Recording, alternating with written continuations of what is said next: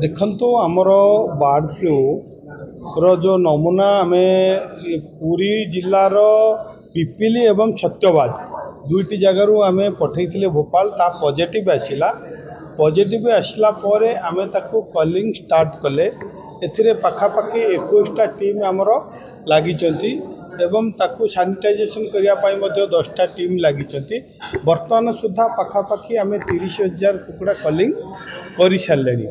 एवं जो कथा कहते चाषी मानकर कथा चाषी माने निश्चित भाव में क्षतिग्रस्त होती एवं सेमानकर क्षतिपूरण बाबद को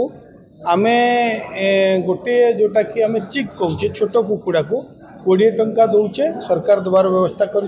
बड़ कुकुड़ा को 70 टंका देवार व्यवस्था कर गोटे अंडा पिछा 3 टंका देवार आम व्यवस्था सरकार कर पाखापाखि 10 लाख रु ऊर्ध आम क्षतिपूरण आम सरकार दे सारे तेणु ए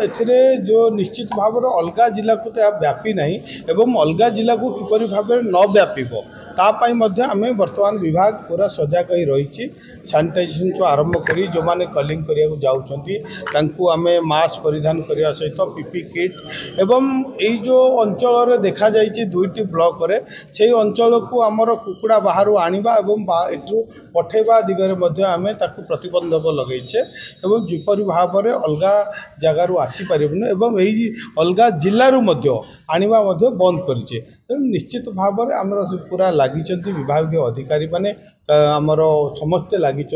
अधिकार अधिका केमती या न व्यापीब यही दिगरे आम सचेतन नहीं आम आउ 2टी जगार जोटा आप निमापड़ा डेलांग आम नमूना पठेचे बर्तमान सुधा तार आमर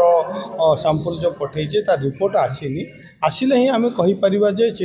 व्यापी कि न व्यापी चाषी कौन चिन्हट कले जो आपंकर पिपिली और सत्यवादी कथा कह हाँ निश्चित भाव में आम जो 30,000 कुकुड़ा बर्तमान आम मारिचे से भितर जो मैंने रही चाषी से एक्जाक्ट फिगर तो आम कहीपर बर्तमान सुधा जो मैंने पाखापाखि 30,000 कुकुड़ार जो मैंने चाषी जो मानकर मरा जाइए कलिंग करा से क्षतिपूरण देवार सरकार अंचल क्षतिग्रस्त पिपिली एवं आपणकर सत्यवादी यही 2टी अंचल क्षतिग्रस्त हो। धन्यवाद।